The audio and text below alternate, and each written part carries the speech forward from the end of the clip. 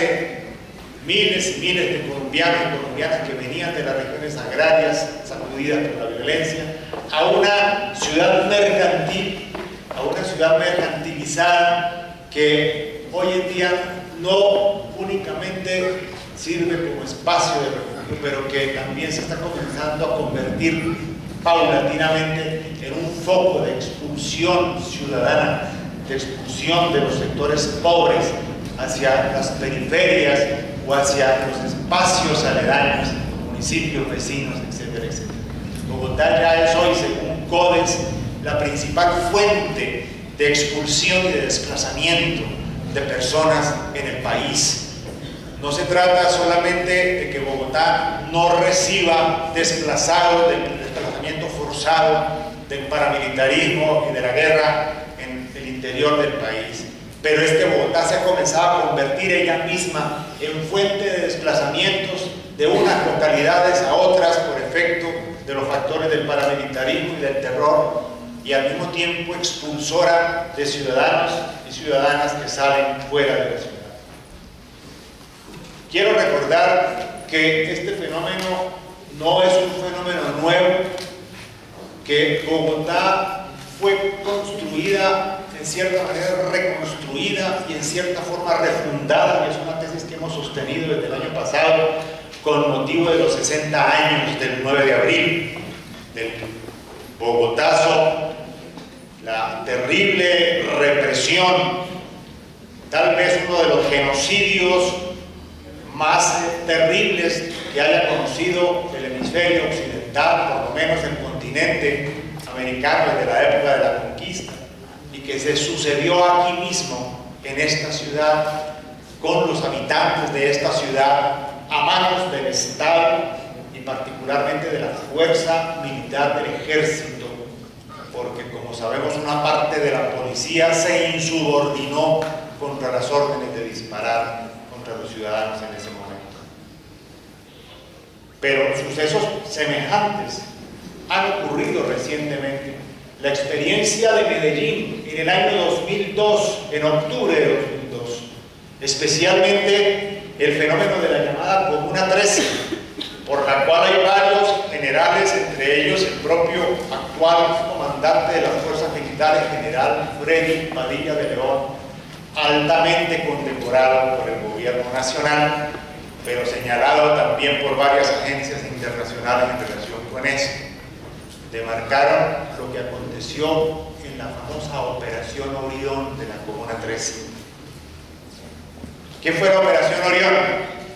Fue realizada en octubre de 2002 en la Comuna 13 de Medellín, occidente de la ciudad. Participaron 1.500 miembros de la fuerza pública, entre militares y policías, apoyados por tanques, cascabel y helicópteros. El objetivo era, según la autoridad, liberar a los ciudadanos de esa zona de la presión de los grupos guerrilleros y paramilitares que ejercían. ¿Cuál fue la operación? Dejó 16 muertos y 362 detenidos. Según el parte entregado por las autoridades, la Comuna 13 cuenta con cerca de 137.000 habitantes. Aquello probablemente es parte, digamos, de las operaciones de limpieza social orquestadas como política de Estado, que en ese caso oficialmente se ejercieron y jugaron un papel sumamente crudo en una estructura urbana, en una ciudad como el caso de Medellín. Segundo elemento que quería mencionar en concreto, el problema del poder en la ciudad, que me parece que es un aspecto central de toda esta discusión. La ciudad, en cierta manera, nos permite ver, y es un poco lo que yo he podido ir observando en la experiencia en el propio Consejo de la Ciudad, es que juegan en contraposición,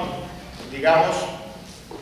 lo que el informe Santa Fe II de 1983 había planteado ya como forma de funcionamiento del poder en América Latina, lo que llaman ellos el gobierno permanente y en contraste el gobierno transitorio. El gobierno permanente está configurado por un conjunto de instituciones y de entidades del poder económico, digamos, que desempeñan un papel fundamental. Las lonjas de propiedad raíz, las cámaras de comercio, de la construcción, distribución, el sector financiero, inclusive el propio sector industrial y el transporte, me refiero a la burguesía que controla esto, las zonas francas, podríamos decirlo hoy. Pero además a esto hay que sumarle la burocracia que se mantiene, sobre todo como un juego permanente que no cambia de gobierno, ni siquiera con los gobiernos del Polo Democrático ha cambiado la burocracia que controla y maneja la ciudad. Están los mismos con las mismas, y esta es la gran pregunta que se hace uno. Lo que implica un monopolio de los cargos fundamentales en planeación, el Instituto de Desarrollo Urbano, la empresa de renovación urbana, un monopolio de la información estratégica sobre la propia ciudad, que no se conocen, que nos toca pasar tutelas para obtener esa información fundamental sobre la ciudad, el monopolio sobre la renta del suelo, las peores tierras destinadas para la vivienda de interés social, la ocupación de humedales, la explotación de las rondas de los ríos, el caso de la cuenca del río Tunjuelito